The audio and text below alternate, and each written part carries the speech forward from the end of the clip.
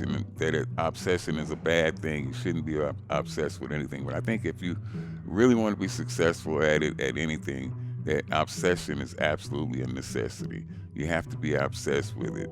I mean, it's got to keep you up at night. You got to think about it 24/7. If that's what you do, then I say go for it. And no matter what anybody else says, if you're convinced, convince yourself. It is not the expectations of others that matter to me at all. I could care less what others expect of me, but it's my expectations of myself that drive me. Hi everyone, I'm Jason Khalipa. Welcome back to the AMRAP Mentality Podcast, a show we interview interesting people about how they make the most out of every single minute. On today's episode is a father-son duo, CT and Samson Fletcher. Now, a lot of you guys might know CT from his motivational videos to his world record holders, and perhaps you've known his son as well. Powerlifter, got motivated and inspired recently, but what inspired him, what fired up, was the recent heart transplant of his father. We dive a little bit into that. We dive into what it's like being the son of CT Fletcher. What is the motivation and the inspiration that CT takes into every day after having that heart transplant? And of course, what are the plans for the future? I really hope you guys enjoy this episode as much as I did. If you could rate, review, and share with a friend, we would really appreciate it. And if you have a chance, check out my new book, As Many Reps as Possible, that's available on Amazon. Guys, let's dive into the episode. I wish it could have been longer. We will for sure do another episode with them in the future. Have a great day. You know, over the years, CT and I got to know him, more and more over the years, and really look up to him for a number of different things. And his work ethic, he's inspired so many different people. But also, like for you, Samson, you kind of came in and you seem to be kind of brought up in this iron addiction. And so I just wanted to get you, on the podcast, just checking in, like, what was it like having CT as a father, and what kind of inspiration has he given you to now be benching and doing the things you're doing? Well, I started, watching my dad ever since I can remember, in diapers. Yeah. And I'm going to just keep this, short, and I'm not really the best at podcast. But he got sick for the second time, and that's what really, fired that torch. I didn't know if I was going to lose him or not, but I knew I had faith that when he came back that he'd have something to be proud of. So I never, really see my I'm not at my full potential, but my potential to be stronger here mentally and physically. So realistically, when he got sick, it's like I got stronger. Really? Seeing him almost go for the second time, really, about to die. So that really, it's my heart. So when CT went in for his heart transplant, is this really where it kind of, or was it when he started having heart problems, this kind of kicked you into gear? So all your life, though, you had been exposed to fitness and lifting and whatever. How come it never really kicked in until then? I mean, what was it? Were you like not drawn to it then, or why then? It definitely has kicked in. I'll go back to, my grade school days and stuff like that. And my dad would be the odd person to people, like, why is he so damn big? You know what I mean? Yeah. And that's when I realized I really wanted to be big and strong, when they're like, your dad is fucking Superman. Yeah. And, there's nothing like that, you know what I mean? Because there's, all the other people's dads weren't that big, Yeah. And if I ever got into some trouble, I know who to call. Yeah. So CT came in and handled business. Yes, definitely. He was the person, I'm not going to say any names, but some grown men would call him if they got in trouble, you know what I mean? And he was that guy.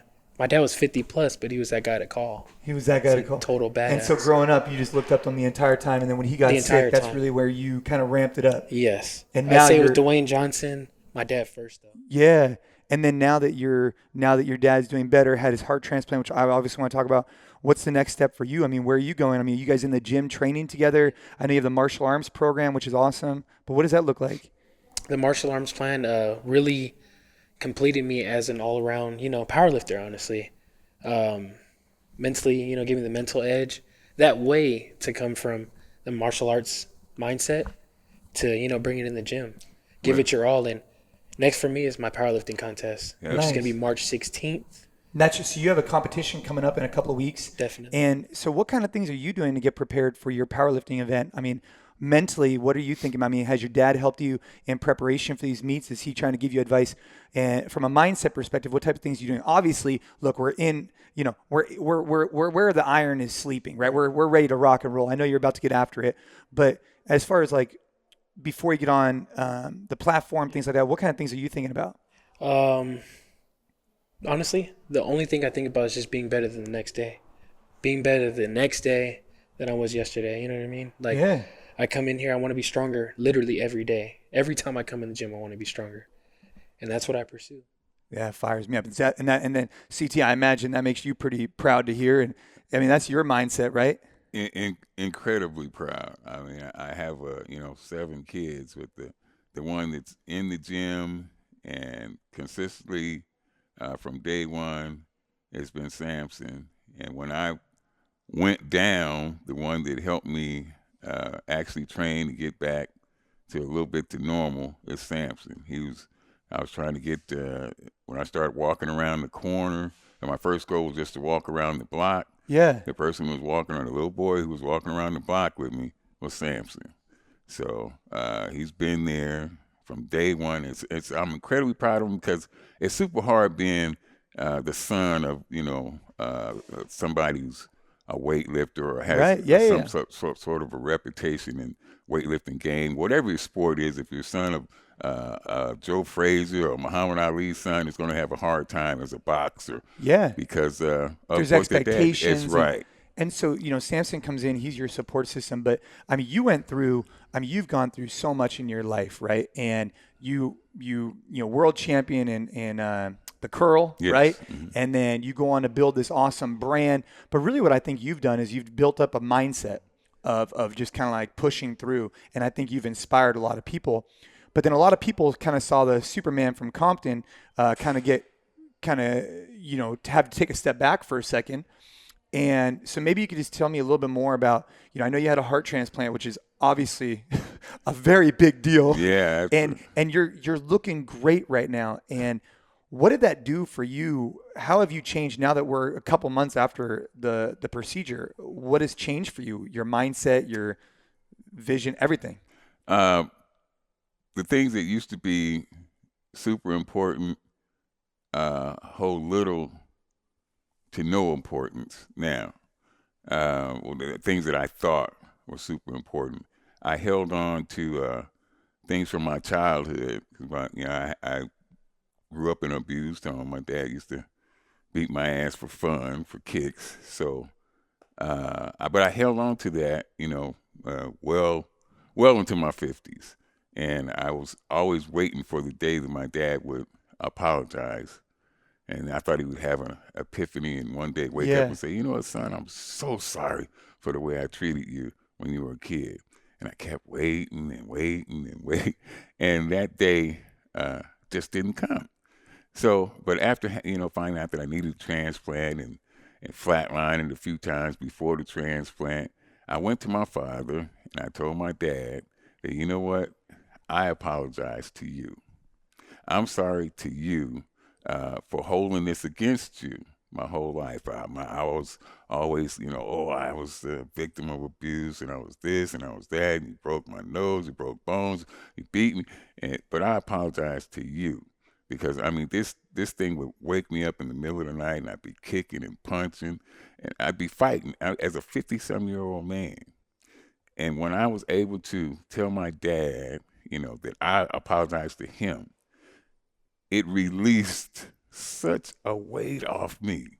That hate that I had carried for that long, man, it was such a relief to be able to say that. And, he graciously accepted my apology. But how'd you get to that point? And that was before your heart surgery. Yes, it was. But how'd you get to that point? So if someone's struggling with something in their life right now, obviously this is a big deal with child abuse is not something that we take lightly. But that was a big deal. And how'd you get to the point where you took this seemingly negative thing that was always lingering in your head? How'd you get to the point where you could forgive or apologize even? Like, that's not even forgiveness. That's like you're apologizing to him. How'd you wrap your head around that? When you think about it was like this. When I thought about, do I want to leave this earth? Because it's a very good possibility that's what's going to happen. Do I want to leave this earth with this unsaid or with this undone or carrying this? I want to leave this earth free of hatred, free of any type of weight. This thing had been weighing on me for all.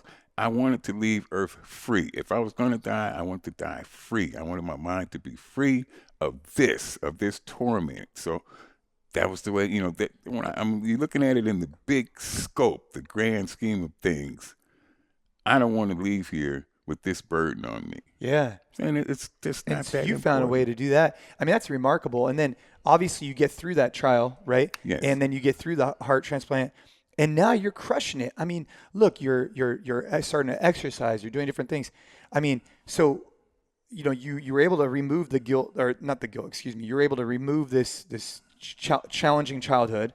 But now going forward, what else has it done in your life aside from provide that clarity, which I assume is life changing? But what else has it done on like a personal note from then on? I mean, because you seem like you just got great vibes. I mean, you just seem happy. You just seem everything. You have no idea. The things that people take for granted are so large. After you come this close to dying, those things, I mean, just if I have a day where I don't have any pain, oh, that's the best day imaginable. And I'm just so thankful to have one pain-free day or one day that I can breathe normal. You know what I mean? That's a big thing. Well, People because it just gave you such perspective. And I imagine for you, Samson, like, you're with your dad. And obviously, I saw him up in Palo Alto, but you've seen your dad go through these very challenging times. Has that kind of changed your mindset a little bit too? Because, I mean, you're really close to him. So, I mean, does it kind of make you have a little bit more appreciation for little things? I mean, you kind of not sweating the small stuff as much? Or how has that affected you? Definitely. It's kind of like the same thing, the same mindset my dad has, you know what I mean? You just look at things in life in a different aspect, you know what I mean? Like, you could be here today and gone tomorrow. And I witnessed that by myself, you know what I mean? It's, traumatizing. Yeah. Well, I imagine at your young age, like it'll help you for the future because this kind of sets the tone for the way you might think in the future, right? You'll be more positive. You'll treat people more compassion. Definitely. And so moving forward for what you guys are doing together, obviously you guys have a program out that's martial arms, which is awesome. You have your whole family in the business, which I think is fascinating. So like you're in the business so how does that dynamic between, a lot of people might not know that CT Fletcher has, obviously you have a gym, you have brands, but you have 7 children. Yes. And how many of them work in the business? All of them. And your wife. Yes. Who runs the show. Yeah. If you ask her, well, you ask me, she does too. So yeah. And so how's that dynamic? And how'd you get to the point where you have I can't even fathom having one kid or yet alone even my wife working with me. And you're talking about a group of 8 of you total. Yes. Mm-hmm. What is that like? I think it's the best because, I mean, this is what I really did it for was my family. What I really got started, when I thought about having my own brand or to even start a Iron Addicts brand, I had my family in mind. So that's, I wanted to do, I want to be the Henry Ford of Compton, man, where if the Ford family doesn't have to worry. If your last name is Ford, you're going to have a job. Right. You don't have to go work for anybody else. So that was my mindset. I wanted to create something that my family didn't have to go out and, put in applications all over town. They can work right for Iron Addicts if that's what they choose to do. And how's it been working at the family business?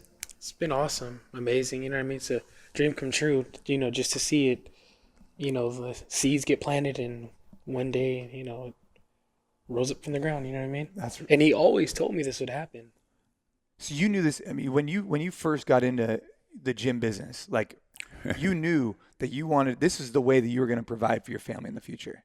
Actually, when me and Samson was riding up and down the street in a car that we didn't know if we was going to make it to our destination or not, I think we'd look down through the floor and see the street in that old pickup truck. You had an old pickup truck? Did you see the floor? Yes. And we riding, and I said, this when you were like, what, 10 years old? Oh, no, I was about 15, 16. You're like, so that wasn't that long? That was like, No. what, 10 years ago? Yes. Yeah. I'm 23 now, so about Yeah. Wow. Yeah. So you guys have gone from in a pickup truck that you might slip through the floor Yeah. to being able to have a business that's Hmm. in just like what 7 years, 8 years. Yeah, and it's that's why people ask me how one of the reasons people ask me how you doing, CT. I always say the same thing. I'm blessed, man. I'm super blessed to have a job that I did for free or would do for free, and get paid for it. And it's my business now to yell at people and cuss at them, and I did that my whole life for nothing, and actually make money at it. It's a blessing. It's true. Anything, anytime you get paid for doing something that you do for free, it's a blessing, and it's not a job at all, man. So for someone who's wanting a little bit of internal inspiration, right? Some CT inspiration, some Fletcher inspiration to get into the gym, get after it, and move some iron. What kind of stuff would you be telling them? I mean, what's the goal? Why do you move iron? Oh, well, in order to, it's not just iron or anything. It's anything really. Um, uh, People teach that obsession is a bad thing. You shouldn't be obsessed with anything. But I think if you really want to be successful at it, at anything, that obsession is absolutely a necessity. You have to be obsessed with it. I mean, it's got to keep you up at night. You got to think about it 24/7. If that's what you do, then I say go for it. And no matter what anybody else says, if you're convince yourself. It is not the expectations of others that matter to me at all. I could care less what others expect of me, but it's my expectations of myself that drive me. So, I mean, the advice I would give them. Don't worry about what other people expect. Fuck that. Who cares what they expect of me? Your expectations or your goals of yourself. That is what has to drive you. So that would be my advice. So yeah, hell yeah. And so moving forward, what's the next expectation? What's the next goal for CT Fletcher? And we hear from Samson, he's doing a powerlifting competition or a meet, and obviously you have the program, but for you, I mean, look, you're on a road to recovery. I mean, you feeling healthy, you look great. What's the next step for you? Well, my son and I have set the goal for him to be a world champion In the and bench press. yes, so it's father. It's going to be father and son world champions. And that's the goal we set for ourselves, and that's the next step. We have Iron Axe brand supplements that are coming back out. Only this time, no more partners. It's Yeah. all Fletcher this time. It's all ours. So we have a bunch of immediate goals, but those two are standing out. The World Championship for my son, and the second release of Iron Axe brand. That's right. And so leading up to the World Championship for the bench press, I mean, you guys, I'm sure you guys have a program that you're creating to get there. Yes. And so what's the plan? When's like the deadline? So when you're trying to go for a world championship in a bench press, or for anybody who's trying to become a champion or whatever they're doing, do you basically look at a specific weight and a specific date, and then you work towards that? Or what do you guys, how does that process work in your head? Yes, we'll pick out a contest. They have the schedule out. He competes exclusively in drug tested contests. Yep. So we look for the drug tested contest. We pick out the date and we train for that contest. And I'll have him do much of the same things I did when I won the World Bench Press Championships, with a few changes, few modifications. Love it. Love it. I got to tell you guys, I mean, look, as having a son, I wish nothing more than he finds the same quote, addiction or he finds the same benefit out of the gym that I've found, right?